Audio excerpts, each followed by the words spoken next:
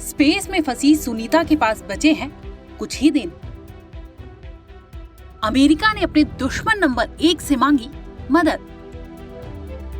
कैसे पुतिन की एक हां से बचेगी सुनीता की जिंदगी।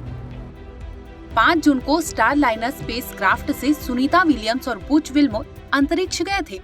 दोनों तभी से इंटरनेशनल स्पेस स्टेशन पर फंसे हुए हैं। सुनीता और उनके साथी को गुरुवार यानी 13 जून को वापस लौटना था, लेकिन स्पेसक्राफ्ट में कोई दिक्कत आने की वजह से वो दोनों लौट नहीं पा रहे हैं।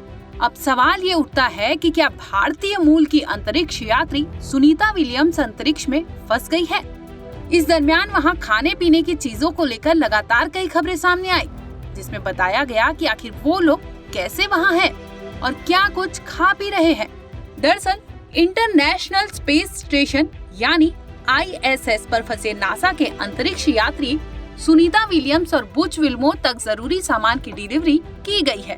स्क्रीन पर इस वक्त कार्गो स्पेसक्राफ्ट दिखाई दे रहा होगा। इस कार्गो स्पेसक्राफ्ट में खाने की चीजें थी, फ्यूल था और दूसरी कई जरूरी चीजें रखी गई थी, जिनकी जरूरत ISS में मौजूद अंतरिक्ष यात्रियों को पड़ती है। बता दें कि ये रूस का मानव रहित कार्गो स्पेसक्राफ्ट था, जिसने लगभग 3 टन सामान की सप्लाई अंतरिक्ष यात्रियों तक की है। फिलहाल 2 महीने से स्पेस में अटकी सुनीता की वापसी में 3 सबसे बड़े खतरे बताए जा रहे हैं। इसका खुलासा US आर्मी के एक्स स्पेस कमांडर ने की है।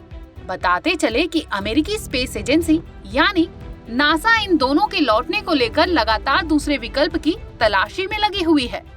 ऐसे में 3 सिनेरियो की बात सामने आ रही है। पहला सिनेरियो, अगर थ्रस्टर फेल हो जाता है तो स्पेसक्राफ्ट में सिर्फ 96 घंटे का ऑक्सीजन और पावर बचेगा। अगर स्टार लाइनर के सर्विस मॉड्यूल री एंट्री पर बहुत तेज कोण पर कैप्सूल को रखते हैं तो बढ़ी हुई टक्कर से हीट शील्ड फेल हो सकती है। ऐसे में अंतरिक्ष यात्रियों को नुकसान ही होगा। दूसरी सिनेरियो की बात करते हैं। अगर री एंट्री के समय एंगल बहुत उथला रहता है तो कैप्सूल पृथ्वी के वायुमंडल में आने पर तेजी से उछल सकता है और वापस स्पेस की तरफ जा भी सकता है। इसका मतलब साफ है कि दोनों अंतरिक्ष यात्री ऑर्बिट में कहीं फंसे रह सकते हैं। फिर नासा को उन्हें ढूंढने और कैप्सूल का पता लगाने के लिए दोबारा से परिश्रम करना पड़ेगा।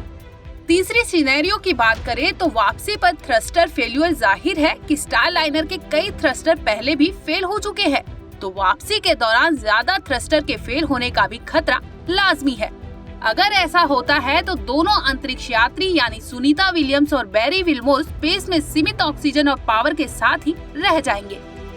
उनके पास थ्रस्टर्स को दोबारा सही करने और पृथ्वी पर सुरक्षित वापस लौटने के करीब 96 घंटे बचे होंगे। वैसे 59 साल की सुनीता विलियम्स तीसरी बार अंतरिक्ष की यात्रा पर है।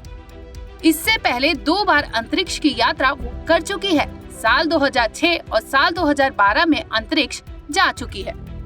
ब्यूरो रिपोर्ट, क्राइम तक।